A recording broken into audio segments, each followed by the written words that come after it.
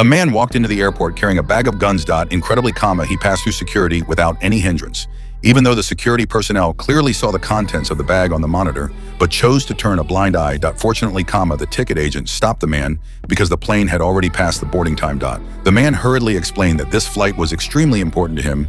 Matt, the airline's top VIP member, witnessed this scene. As a gentleman, he stepped in to help, convincing the ticket agent to let the man through, not knowing that this well-intentioned gesture would bring a terrible crisis to the 200 passengers on the plane. However, before the hijackers could begin their operation, a little girl noticed something unusual.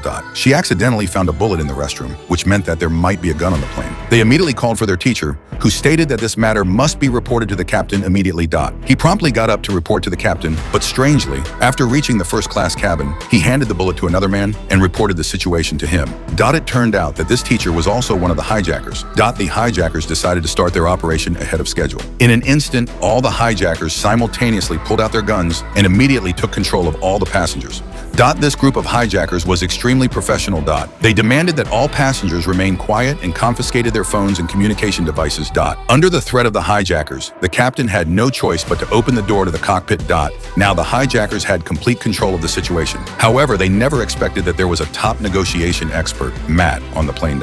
He stood up and walked towards the leader of the hijackers, but only to hand over his own phone. The leader was shocked by his behavior. Matt immediately clarified his true intentions, saying that there would definitely be people on the plane who would resist, and he did not want those resistors to lose their lives. As a top negotiation expert, he could use professional techniques to help the hijackers better control the hostages. As soon as he finished speaking, 2 passengers in the first-class cabin launched a sneak attack on the hijackers, causing a gun to fall and accidentally fire a bullet.